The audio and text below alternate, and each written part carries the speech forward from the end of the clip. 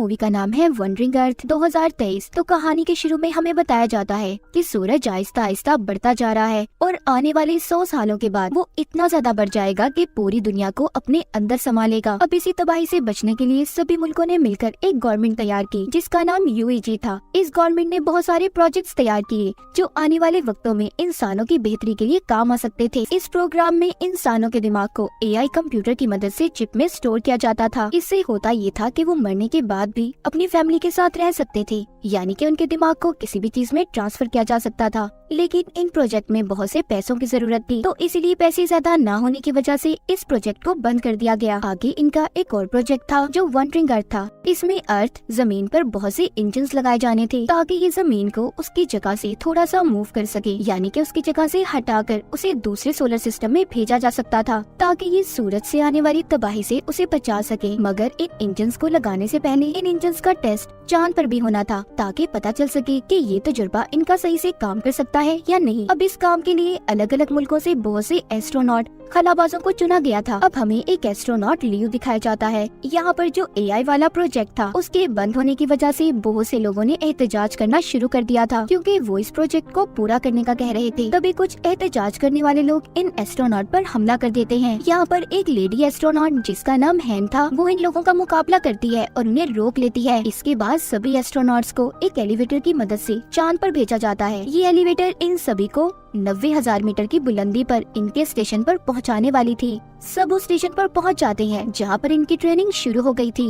वक्त गुजरने के साथ साथ इनकी ट्रेनिंग भी पूरी हो जाती है। लियो और हैन इस ट्रेनिंग के दौरान दोनों एक दूसरे को पसंद करने लगे थे। इन दोनों की ट्रेनिंग अब जब पूरी हो गई थी तो हैन अपने साथियों के साथ चांद पर जाने वाली थी और कुछ दिनों के लिए वो अब लियो से भी नहीं मिल सकती थी। इसीलिए लियो उसके लिए वहाँ पर फूल लेकर आता है। लेकिन इससे पहले लियो फूल देकर एलिवेटर से बाहर निकलता, उसका दरवाजा बंद हो गया था और वो भी इन्हीं के साथ यहीं पर फंस जाता है। वो एलिवेटर अब चांद पर जाने के लिए चलना शुरू हो गई थी। इनके पास कोई और रास्ता नहीं था, इसीलिए हैन जल्दी से लियो को स्पेस सूट पहनने का कहती है ताकि वो इनके साथ जा सके। पर तभी इन्हें पता चलता है कि इनका सारा सिस्टम हैक हो गया है, यानी कि उनके सारे सिस्टम को किसी ने अपने कंट्रोल में कर लिया था और उनकी बेस पर भी ड्रोन से हमले होने लगे थे। साथ ही साथ इनकी एलिवेटर अब दोबारा से जमीन पर जाने वाली थी। तभी इनकी एलिवेटर में एहतजाज करने वाले लोग भी आ गए थे। वो इन पर हमला कर रहे थे। वो सभी की आईडीज यानी कि इनकी शिनाख्त को चुराने लगते हैं ताकि वो इनके सिस्टम को पूरी तरह से अपने कंट्रोल में कर लें। वो इनके स्टेशन को तबाह करके पूरी तरह से उस पर कब्जा चाहते थे। उन्होंने बहुत सी जगहों पर बॉम्ब्स लगा दिए थे। लियो और हैन अपने एलिवेटर में उनका मुकाबला करते हैं। अब जो उन्होंने बॉम्ब्स लगाए थे वो फटने लगते हैं। एक बॉम्ब जो उन्हें एहतजाज करने वाले लोगों ने इनके एलिवेटर में भी लगा दिया था, जिससे वहाँ पर अब बहुत बड़ा धमाका होता है। इनका एलिवेटर दोबारा से जमीन पर आ गया था। अचानक से जमीन पर गिरने की वजह से बहुत से लोग मारे जाते हैं और काफी सारे लोग जख्मी भी हो गए थे। अब इस तबाही के बाद बाकी के मुल्क जो UAG से जुड़े हुए थे वो चाइना को वार्निंग देते हैं कि उन्हें अब जल्दी इंजन की टेस्टिंग चांद पर करनी होगी। इसके बाद हमें इनकी एक और टीम दिखाई जाती है जो पहले ही चांद पर बसी हुई थी। हम एक आदमी हैंग्यू को देखते हैं जो अपने कैप्सूल से बाहर आते ही अपने कंप्यूटर के पास जाता है और अपने कंप्यूटर पर अपनी बेटी से बातें करने लगा था। तभी वहाँ जमीन से कुछ एस्ट्रोनॉट्स आते हैं जिनमें इनके लीडर भी थे,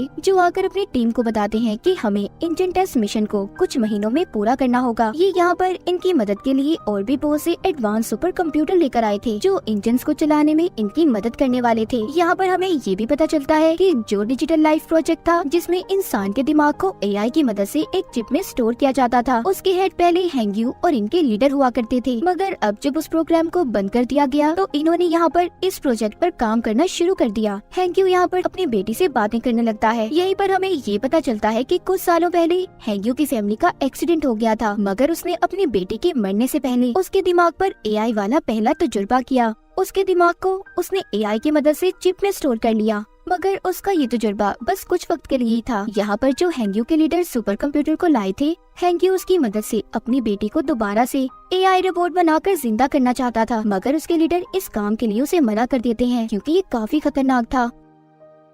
कुछ दिन गुजरने के बाद चांद पर तूफान आ जाता है, जिस वजह से इनका नया कंप्यूटर बुरी तरह से बर्बाद हो गया था। अब इनके पास इंजन को चलाने का कोई दूसरा रास्ता भी नहीं था, इसीलिए अब ये सब अपने पुराने कंप्यूटर्स को इस्तेमाल करने का सोचते हैं। मगर इनकी सारी डिटेल जानकारी हैंक्यू के पास थी, जो इन्हें देने से मना कर देता है। जब लीडर उससे ये कहता है कि उसे इनकी मदद करनी होगी, हैंक्यू अब उनकी मदद करने के लिए तैयार था। मगर वो लीडर से ये कहता है कि आपको मुझसे ये वादा करना होगा कि जो भी नया सुपर कंप्यूटर बनाया जाएगा उसके बारे में सारी डिटेल्स आपको मुझे भी देनी होगी। वो उसकी मदद से अपनी बेटी को एआई यानी रिपोर्ट फॉर्म में वापस लाकर जिंदा करने वाला था। अब लीडर उसकी बात को मान गया था। हैंक्यू पुराने कंप्यूटर्स को ऑन करता है, जिसकी मदद से इंजन स्टार्ट हो गया था, यानी कि इनका जो टेस्ट था उसमें ये लोग कामयाब हो जाते हैं। अब इसी टेस्ट की वजह से चांद अपनी जगह से हट गया था और साथ ही जो जमीन पर इन्होंने इंजन्स को लगाए थे वो भी ऑन हो जाते हैं, जिससे जमीन भी अब थोड़ी सी अपनी जगह से हट गई थी। ये लोग आहिस्ता आहिस्ता अपने इस प्रोजेक्ट में कामयाब हो रहे थे।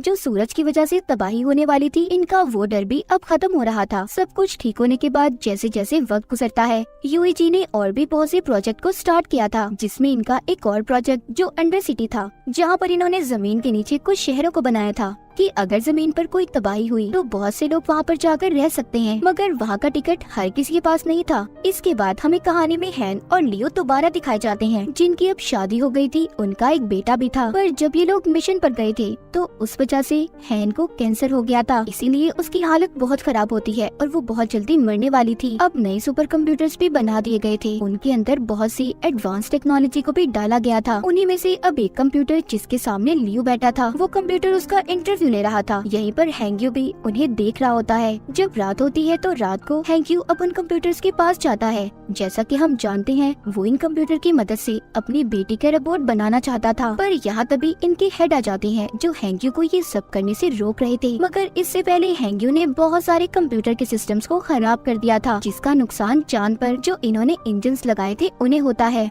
वो अब कंप्यूटर की इस गलत सिस्टम पावर से फट गए थे, जिस वजह से चांद अपनी जगह से हट गया था और 7 दिन के अंदर अंदर वो जमीन से टकराने वाला था। इसीलिए चाइना अपने अंडरग्राउंड शहरों को भी खोल देती है ताकि लोगों की जान बच पाए। उधर है लियो से कहती है कि मैं कुछ दिन में ही मरने वाली हूँ, तो इसीलिए तो मेरा अंडरग्राउंड सिटी कार्ड तुम अपने डैड को दे देना, ताकि अगर तुम स्पेस खला में जाओ तो पीछे तुम्हारी डैड हमारे बेटे के साथ सही सलामत रह सके। कुछ दिन के बाद हैन की भी मौत हो जाती है और लियो के डैड उसके बेटे को लेकर अंडरग्राउंड शहर में चले गए थे। चाइना भी पूरे शहर में ये खबर फैला देता है कि चांद बहुत जल्दी जमीन से टकराने वाला है, मगर साथ ही साथ वो ये भी कहते हैं कि इसका हल भी इन्हीं के पास है। वो स्पेस में जाकर चांद पर बहुत से धमाके करेंगे, जिससे चांद जमीन से थोड़ा दूर हो जाएगा और फिर जमीन पर इंजन्स को लगाकर उसे चांद से दूर ले जाएंगे। और इस काम में इन्हें गवर्नमेंट की भी मंजूरी दे दी गई थी। लियो भी अब इस मिशन में स्पेस पर चला गया था। वो जाकर स्टेशन पर अपने हेड से मिलता है, जो इसे ट्रेनिंग देने वाले थे। जब लियो की ट्रेनिंग पूरी हो जाती है, ये अब अपनी टीम के साथ स्पेस क्राफ्ट में बैठकर चांद की तरफ निकल गया था।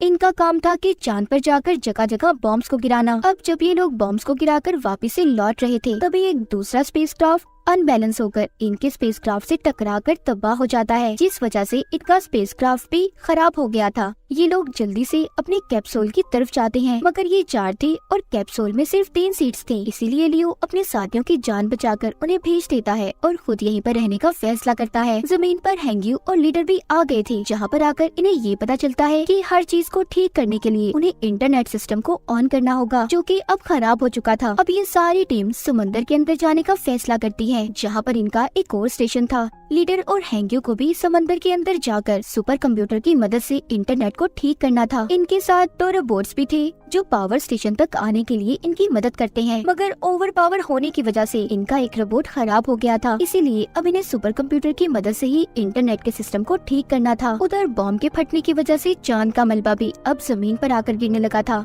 जिसका कुछ हिस्सा समंदर में भी हैंक्यू और लीडर के पास जाकर गिरता है, जिस वजह से अब इनके स्टेशन में भी समंदर का पानी आने लगा था। लीडर पानी में डूबकर मरने वाले थे। हैंक्यू उन्हें बचाने की कोशिश करता है, मगर नहीं बचा पाता। लीडर मरने से पहले हैंक्यू को सुपर कंप्यूटर का खुफिया कोड बता देते हैं, जिससे इंटरनेट को बहाल करके दुनिया को बचाया जा सकता था, जो बताने के बाद लीडर की मौत हो गई थी। उधर दूसरी तरफ गवर्नमेंट भी अपनी कोशिशों में लगी हुई थी। वो इस मुसीबत से बचने के लिए 300 लोगों की टीम स्पेस में भेजने का फैसला करते हैं, जो जाकर चांद पर बॉम्ब गिराने वाले थे। अब ये टीम जाकर स्पेस में लियो से मिलती है, जो अभी भी स्पेस में ही था। ये लोग इसे कैप्सूल में बिठाकर वापस से अर्थ पर भेजना चाहते थे, मगर लियो जाने से इनकार कर देता है। उधर हैंग्यू अभी भी इंटरनेट सिस्टम को ठीक नहीं कर पा रहा था। वो जानता था कि अगर उसने जल्दी इंटरनेट सिस्टम को ठीक न किया तो चांद जमीन से टकरा जाएगा, जिस वजह से ना ही इंजन ऑन होंगी और ना ही जमीन अपनी जगह बदल पाएगी, यानी कि सब कुछ खत्म होने वाला था। इस मिशन के पूरा होने के लिए सब लोग दुआएं मांग रहे थे। अब जो 300 लोगों की टीम चांद पर गई थी, वो वहाँ पर बड़े बड़े बम से धमाके करते हैं,